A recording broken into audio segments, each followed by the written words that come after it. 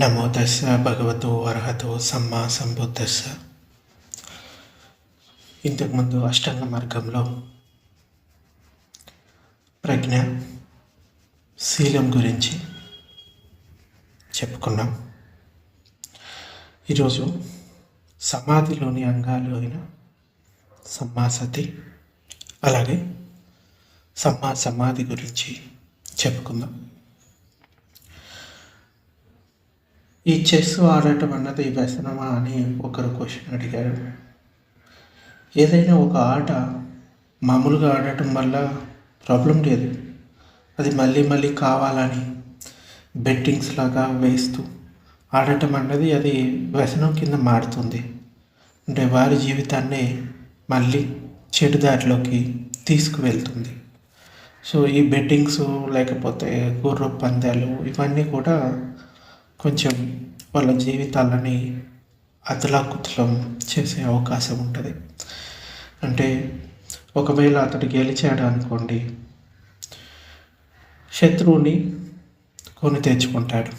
ఓడిపోయిన వాడు శత్రువే అవుతాడు. ఇంకా గెలిచిన వాడికి ఒకవేళ వాడు ఓడిపోయాడు అనుకోని, ఓడిపోయానని మానసిక దుఃఖం. సో ఏది అయినా కానీ దుఃఖాన్ని మాత్రం కొని తెచ్చుకుంటాడు. అందుచేత కొన్ని విషయాలకి దూరంగా ఉండటం అన్నది మంచిది. గృహస్థులుగా ఏం చేయాలన్నది అది ఎవరికి వాళ్ళే నిర్ణయించుకోవాలి. కానీ భిక్షువులకి మాత్రం ఇది చేయాలి, ఇది చేయకూడదు అనేది కొన్ని నియమాలు ఉంటాయి. అవి తప్పకుండా పాటించాల్సి ఉంటుంది. అవి వాళ్ళ మంచి కోసమే ఆ నియమాలు అన్నది పెట్టారు అన్నది గమనించుకోవాలి. ఇంకా బుద్ధుడి కాలంలో ఆయన జ్ఞానోదయం పొందిన తర్వాత 20 సంవత్సరాల వరకు, అంటే 20 వర్షావాసాల వరకు ఎటువంటి నియమాలు పెట్టబడలేదు. 20 వర్షావాసాల తర్వాత ఈ నియమాలన్నీ వచ్చాయి. అంటే అప్పటి వరకు ఆయన ఎవరెవరికైతే ధమ్మం బోధించారో అట్లీస్ట్ వాళ్ళు శ్రోతాపన్న స్థితినైనా పొంది ఉన్నారు. అందువల్ల వాళ్ళు ఇటువంటి తప్పులు చేయడానికి అవకాశం ఉండదు. సో ఆ తర్వాత మెల్లమెల్లగా భిక్షు సంఘంలో ఉన్న కొత్త భిక్షువులు లేకపోతే వేరే వేరే సాంప్రదాయాల నుంచి వచ్చిన వారు చిన్న చిన్న తప్పులు చేయడం మొదలుపెట్టారు. వాటికి చేయకూడదని భవిష్యత్తులో ఈ భిక్షు సంఘం ఎక్కువ కాలం ఉండాలి అంటే బుద్ధ శాసనం ఈ నియమాలు ఉండాలి అని బుద్ధుడు ఏదైతే అవసరమో అప్పుడప్పుడు ఆ నియమాలను సవరించుకుంటూ కూడా వచ్చాడు.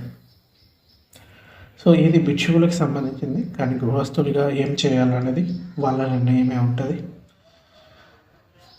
అయితే ఈరోజు మనం సమ్మాసతి గురించి చెప్పుకుందాం. మనిషి యొక్క మనసు ఎంతో చంచలమైంది. ఏ ఒక్క దానిపై ఏకాగ్రత చేయలేక అటు ఇటు తిరిగాడుతూ ఉంటాయి. ధ్యానంలో ఒక ఆలంబన పైన చిత్తాన్ని నిరంతరంగా నిలిపి ఉంచలేకపోతారు. మనసుని నియంత్రించలేని వారు పిచ్చివారి లాంటి వారు. పిచ్చివారిని సమాజం పట్టించుకోదు, గౌరవించదు. అందువలన ఎవరి మనస్సులను వారు తప్పకుండా నియంత్రించుకోవాలి. ధ్యానంలో సమాధి స్థితిని పొందడానికి చిత్తాన్ని ఒకే ఆలంబనం పైన ఎటువంటి ఆలోచనలు లేకుండా నిరంతరంగా ఎంత ఎక్కువసేపు నిలిపి ఉంచగలిగితే అంత ఎక్కువసేపు దాని ఎరుక కలిగి ఉండటం ద్వారా సమాధి స్థితిని వృద్ధి చేసుకోవచ్చును. ఇలా చిత్తంలో చంచల స్వభావాన్ని తొలగించడానికి 4 రకాల సతులను అంటే ఎరుకలను సాధన చేయాలి. ఇలా చేయగలిగే విద్యని సతిపట్టణం అన్నారు. 4 రకాల సతిపట్టణాలు. మొదటిది కాయానుపశన, రెండవది వేదనానుపశన సతిపట్టణం, మూడవది చిత్తానుపశన, నాలుగవది దమ్మానుపశన. ఇంతకు ముందు కూడా వీటి గురించి చెప్పుకున్నాము. కాకపోతే ఇక్కడ సమ్మాసతి అనే సందర్భం వచ్చింది కాబట్టి మళ్ళీ ఒకసారి చెప్పుకుందాం. కాయానుపశన అంటే సరైన ఎరుక అనే తాడుతో ఈ రూపస్కందాన్ని అంటే ఈ శరీరాన్ని చిత్తంతో కట్టిపడేయడం. అంటే శరీరం స్కందంలోని ఏదో ఒక భాగాన్ని తదేకంగా గమనిస్తూ ఉండటం. బుద్ధుడు రూపస్కందంలో జరిగే ముఖ్యమైన శ్వాసక్రియ అంటే లోపలికి వెళ్ళే శ్వాస, బయటికి వచ్చే శ్వాసను నిరంతరంగా గమనిస్తూ దానిపై నిరంతరంగా ఎరుక కలిగి ఉండటం ద్వారా కాయానుపశన పూర్తిగా సాధించవచ్చని తెలుసుకున్నాడు. ఇలా శ్వాస రాకపోకల్ని కనిపెట్టగల సాధనను ఆనాపానసతి అంటారు. ఈ సాధనను ప్రతిరోజు చేయాలి. 3-4 గంటలు వీలుని బట్టి రోజుకి 2 గంటల నుండి 6 గంటల వరకు చేయాలి. అప్పుడు ఆ వ్యక్తికి తన మనసుని ధ్యానంలో ఒక విషయ ఆలంబనపై నిరంతరంగా దృష్టి కేంద్రీకరించి దానిపై ఎరుకను వృద్ధి చేసుకొని సమాధి స్థితిని పొందగల శక్తి లభిస్తుంది.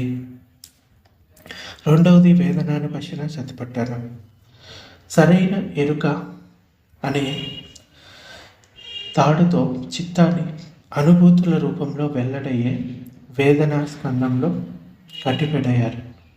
సుఖకరమైన అనుభూతులైన మరియు దుఃఖకరమైన అనుభూతులు మొదలగునవి పరిస్థితులకు అనుసారంగా శరీరంలో కలిగే అనుభూతులు అనుభవానికి వస్తూనే ఉంటాయి. వీటిపైన చిత్తాన్ని నిరంతరంగా నిలిపి ఉంచడం ద్వారా చిత్తంలోని చంచలత్వాన్ని తొలగించడం.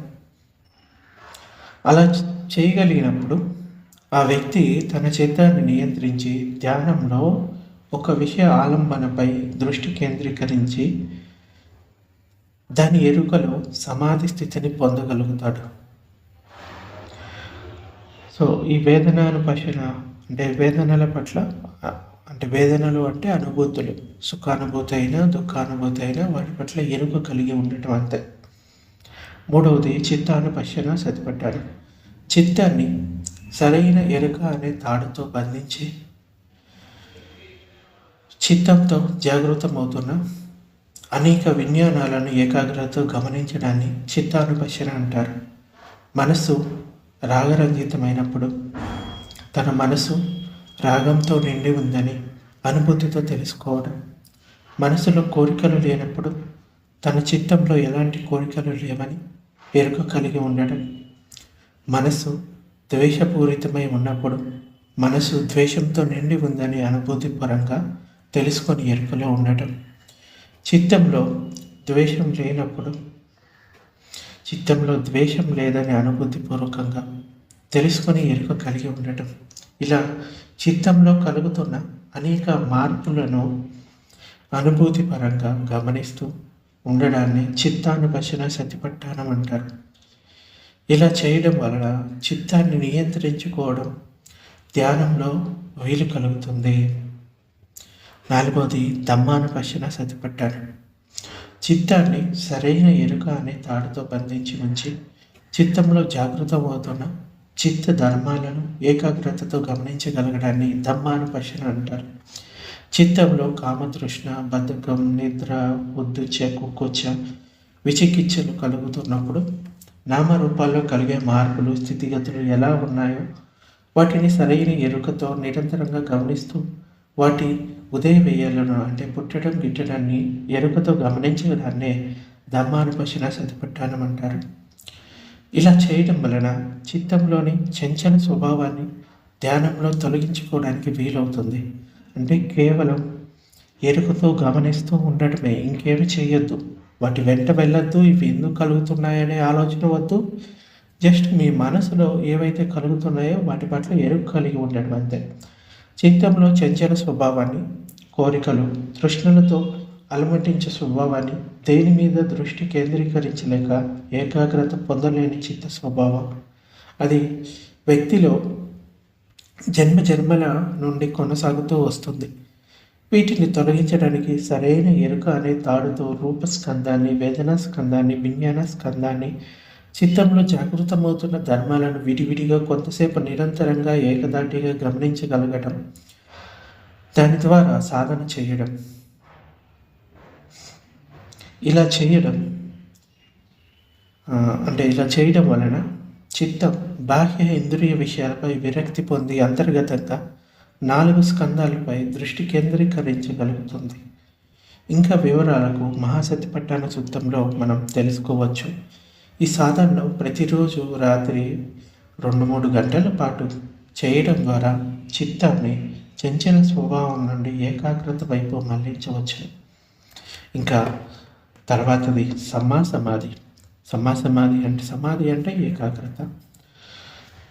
చిత్తంలో చంచలత్వం తొలగిపోయిన తర్వాత చిత్తం ఏకాగ్ర కాగలుగుతుంది.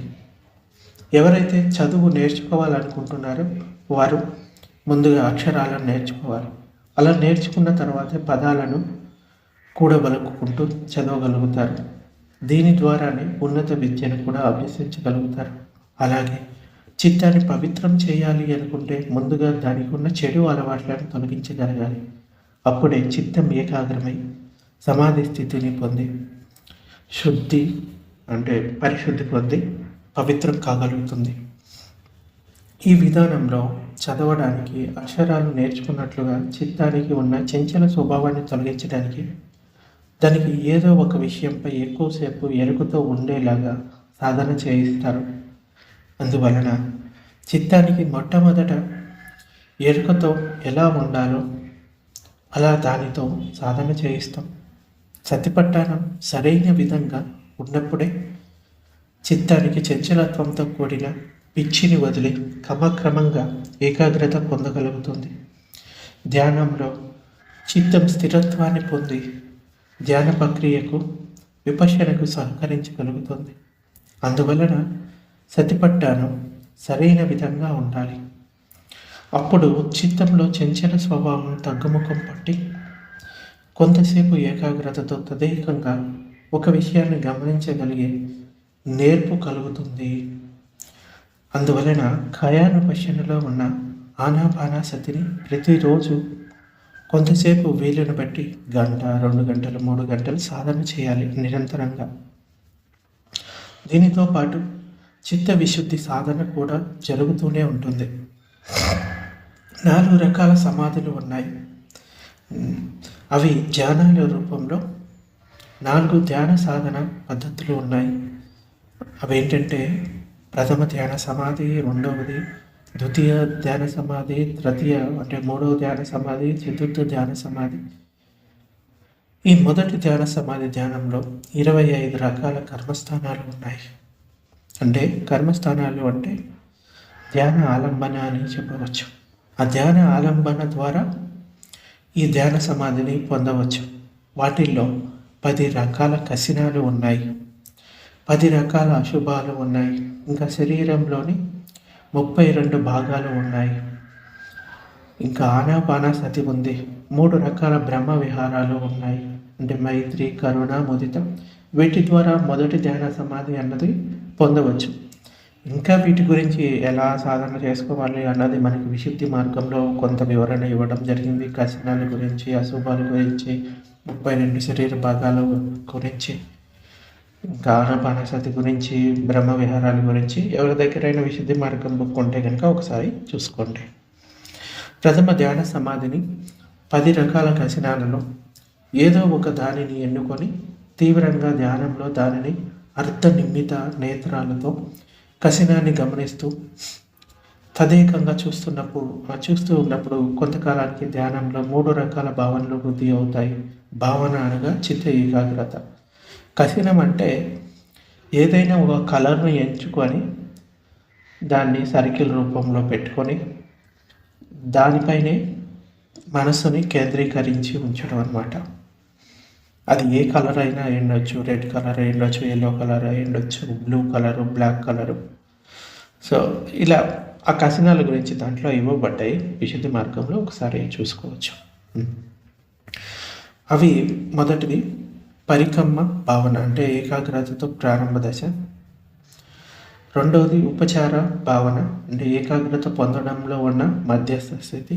మూడవది అర్పణ భావన పూర్తి ఏకాగ్రత పొందడం. ఇవి ధ్యానాల్లో అంటే ధ్యాన సమాధుల్లో స్టేజెస్ అన్నమాట. ఇక్కడ తెలుసుకోవాల్సింది ఏంటంటే ఏకాగ్రతను సాధించడానికి ఎలాంటి కసినాన్ని తయారు చేయాల్సిన అవసరం కూడా లేదు. నిరంతరంగా శ్వాస యొక్క ఉచ్ఛ్వాస నిశ్వాసలను సతితో గమనిస్తున్నప్పుడు సతి పట్టాణమై మొదటి ధ్యానంలో అర్పణ సమాధిని ప్రాప్తించుకోగలదు. ప్రస్తుత కాలంలోని బుద్ధ శాసనంలో ప్రజలు ఆర్య అష్టాంగ మార్గాన్ని సాధన చేసి అభివృద్ధి పరుచుకున్నప్పుడు వారు 3 రకాల దుఃఖ చక్రాల నుండి విముక్తిని పొందుతారు. మొదటిది క్లేశ చక్రం, అంటే మనోవికారాలతో కూడిన దుఃఖ చక్రం అని అర్థం. రెండవది కర్మచక్రం, అంటే కర్మలతో కూడిన దుఃఖ చక్రం. మూడవది విపాక చక్రం, అంటే కర్మ ఫలాలతో కూడిన దుఃఖ చక్రం. వీటిని 4 విధాలుగా విభజించవచ్చు. మొదటిది అపాయ సంసారానికి సంబంధించిన 3 దుఃఖ చక్రాలు. ఇంకా కామేశుగతి సంసారానికి సంబంధించిన 3 దుఃఖ చక్రాలు, రూప సంసారానికి సంబంధించిన 3 దుఃఖ చక్రాలు, అరూప సంసారానికి సంబంధించిన 3 దుఃఖ చక్రాలు, ఇంకా అపాయ సంసారానికి చెందిన 3 దుఃఖ చక్రాలు. క్లేశ చక్రం అనగా సత్కాయ దృష్టి మరియు విచికిత్సలతో కూడిన దుఃఖ చక్రం అన్నమాట. కర్మచక్రం అనగా 10 రకాల పాపకర్మలు.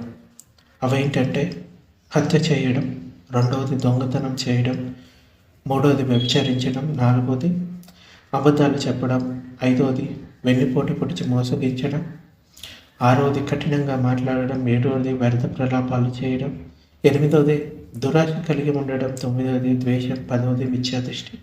అలాగే విపాక చక్రం అనగా కర్మ ద్వారా ఉత్పన్నమైన పంచస్కంధాలు. నరకలోకంలో, జంతులోకంలో, ప్రేత లేకపోతే రాక్షస లోకాల్లో అంటే అధోలోకాలలో పునర్జన్మించడం. విపాకం అంటే ఫలితం. క్లేశాలు అంటే మన లోపల ఉండేవి సత్కాయ దృష్టి విచికిత్సలు. సో కర్మచక్రం అంటే మనం చేసిన కర్మల యొక్క ఫలితాలే. ఎవరిలోనైతే సత్కాయ దృష్టి సందేహాలతో కూడిన విచికిత్సలు తొలగిపోలేదో వారు అనేక సార్లు మళ్ళీ ఉన్నత లోకాల్లో పునర్జన్మిస్తున్నప్పటికీ వారు పాపాలు చేసే సత్పులుగానే, అనగా చేపలు పట్టేవారుగా, మోసగాడిగా, దొంగలుగా, దోపిడీదారులుగా, లేక 4 అధోలోకాల్లో ఏదో ఒక లోకంలో ప్రాణిగా జన్మిస్తూ ఉంటారు. దానికి ఏంటంటే వాళ్ళ మనసులో ఉన్న సత్కాయ దృష్టి కారణమవుతుంది. ఇక్కడ చక్రం అనగా భవ సంసార చక్రం, జనన మరణ చక్రంలో పడి తిరిగాడుతూ జన్మ తర్వాత జన్మను పొందుతూ విముక్తి పొందకుండా దీర్ఘకాలం కొనసాగుతూ ఉండటం. అలాగే కామాసుగతి సంసారంలోని 3 దుఃఖ చక్రాలు. మొదటిది క్లేశ చక్రం అనగా ఇంద్రియ సుఖాలపై కోరికల ద్వారా పొందిన సుఖ సంతోషాలను అంటిపెట్టుకొని ఉండి ఇష్టమైన రూపాలను, శబ్దాలను, వాసనలను, రుచులను మరియు స్పర్శలను అనుభవిస్తూ సుఖ సంతోషాలతో జీవించడం. ఇంకా కర్మచక్రం అనగా కుశల కర్మల సామ్రాజ్యంలో చేసిన కుశల కర్మలు, శీలపాలన, దాన ధర్మాలు, ధ్యాన సాధన, పెద్దలను గౌరవించడం, ఇతరులకు సహాయం చేయడం, చేసిన పుణ్యకర్మ ఫలాన్ని ఇతరులతో పంచుకోవడం, ఇతరులు చేసిన పుణ్యకర్మలను ప్రోత్సహిస్తూ సంతోషంతో దాన్ని ప్రకటించడం, ఇంకా ధర్మాన్ని వినడం, ధర్మాన్ని చెప్పడం, సరైన దృష్టితో కూడిన దర్శనం కలిగి ఉండటం. అలాగే విపాక చక్రం అనగా కర్మఫలం ద్వారా లభించిన పంచస్కంధాలు మానవలోకంలోని మానవుడిగా, దేవలోకంలోని దేవతలుగా, 6 దేవలోకాల్లో ఎక్కడో అక్కడ పునర్జన్మించడం. రూప మరియు అరూప సంసారాలకు చెందిన 3 చక్రాలు అంటే క్లేశ చక్రం అనగా రూపం లేక అరూప లోకాలకు సంబంధించిన రూప అరూప సత్వులపై అనురక్తి కలిగి ఉండటం. కర్మచక్రం అనగా పవిత్రమైన పుణ్యకర్మలను ఆచరించడం ద్వారా రూపలోకాల్లోనో లేకపోతే అరూప లోకాల్లో పునర్జన్మించి అక్కడ కూడా పుణ్యకర్మలు చేయడం. రూపం అంటే శరీరం. కొన్ని లోకాల్లో శరీరం లేకుండానే పుడతారు, అంటే కేవలం మనసు మాత్రమే ఉంటుంది. విపాక చక్రం అనగా చేసిన పుణ్యకర్మల యొక్క కర్మఫలాలు రూప బ్రహ్మలోకంలో పంచస్కంధాలు కలిగిన బ్రహ్మలుగా పునర్జన్మించడం, పైగా అరూప బ్రహ్మలోకంలో రూపం లేని మిగిలిన 4 స్కంధాలను అరూప బ్రహ్మలుగా పునర్జన్మించడం. ఇక్కడ అర్థం చేసుకోవాల్సింది ఏంటంటే రూపవచన లోకాలలో వాటికి సంబంధించిన రూపవచన చక్రాలు అంటే రూపతృష్ణ, రూప కుశల పంచస్కందాల చక్రాలు అని, అరూప వచన లోకాలలో వాటికి సంబంధించిన అరూపవచన చక్రాలు అంటే అరూప తృష్ణ, అరూప కుశల మరియు అరూప బ్రహ్మలోకాల్లో 4 స్కంద చక్రాలు అనే అర్థం. అలాగే మార్గంగాలకు మరియు దుఃఖ చక్రాలకు మధ్య ఉన్న అవినవన భావ సంబంధం ఏంటంటే ఇంతకుముందు చెప్పిన అష్టాంగ మార్గాన్ని 4 ఉపభాగాలుగా విభజించవచ్చును. మొదటిది శ్రోతాపన్నులకు చెందిన హరి అష్టాంగ మార్గం, రెండవది సకదాగములకు చెందిన హరి అష్టాంగ మార్గం అని, మూడవది అనాగములకు చెందిన హరి అష్టాంగ మార్గం, నాలుగవది అర్హంతులకు చెందిన హరి అష్టాంగ మార్గం. హరి అష్టాంగ మార్గాన్ని సాధన చేస్తూ శ్రోతాపన్నులైన వారు అపాయ సంసారానికి చెందిన 3 దుఃఖ చక్రాలను సంపూర్ణంగా నాశనం చేసేస్తారు. వీరికి కామాసుగతి సంసారానికి చెందిన 3 చక్రాలు వారు అనాగాములయ్యేంత వరకు లేక ఎక్కువలో ఎక్కువ 7 జన్మల వరకు ఉంటాయి. శ్రోతాపన్నులైన జన్మల్లోనే అనాగాములైన వారికి ఈ కామాసుగతి సంసారానికి చెందిన 3 చక్రాలు కూడా సంపూర్ణంగా నాశనం అవుతాయి. హరి అష్టాంగ మార్గాన్ని సాధన చేస్తూ సకతాగాములైన వారిలో 2 క్లేశ దుఃఖ చక్రాలు సంపూర్ణంగా నాశనం చెందుతాయి. కామవచరానికి చెందిన విపాక చక్రం ఇంకో 2 జన్మలు కొనసాగుతుంది. సకదాగాములైన వారు అదే జన్మలో అనాగాములైనప్పుడు ఈ కామవచరానికి చెందిన విపాక చక్రం కూడా నశించిపోతుంది. అంటే వీళ్ళు ఇంకొక 2 జన్మలు, ఈ జన్మ ఇంకొక జన్మ అనేది ఉంటుంది మానవ లోకంలో. ఇంకా హరి అష్టాంగ మార్గాన్ని సాధన చేస్తూ అనాగాములైన వారిలో 2 పునర్జన్మలకు చెందిన కామాసుగతి సంసారాలకు చెందిన 3 చక్రాలు సంపూర్ణంగా నశించిపోతాయి. ఇక వీరిలో రూపభవం అన్నది అంటే రూపలోకాల్లో జన్మించడం మరియు అరూప భవానికి చెందిన చక్రాలు మాత్రమే మిగిలి ఉంటాయి. 4వది హరి అష్టాంగ మార్గాన్ని సాధన చేస్తూ అర్హంతులైన వారిలో రూప మరియు అరూప సంసారాలకు చెందిన 3 చక్రాలు కూడా సంపూర్ణంగా నశించిపోతాయి. అన్ని రకాల మనోవికారాలు సంపూర్ణంగా శేషమన్నది లేకుండా నశించిపోతాయి. అంటే శ్రోతాపన్నులైన వారు అధోలోకాల్లో జన్మించడానికి వీలు పడదు. తక్కువ ఉన్నత లోకాల్లోనే జన్మిస్తారు, లేకపోతే మానవ లోకంలోనూ 7 జన్మల వరకు వాళ్ళకి ఉంటాయి. సకదాగామి అయితే ఇంకొక జన్మ ఉంటుంది. అనాగామి అయితే వాళ్ళు అరూప బ్రహ్మలోకాల్లో జన్మించేసి అక్కడి నుంచే ఈ అర్హంత స్థితిని పొందుతారు. ఇంకా అర్హంతులు అయితే వాళ్ళకి మరొక భవం అనేది ఉండదు, పుట్టుక అనేది ఉండదు. సో మిగిలింది తర్వాత చెప్పుకుందాం.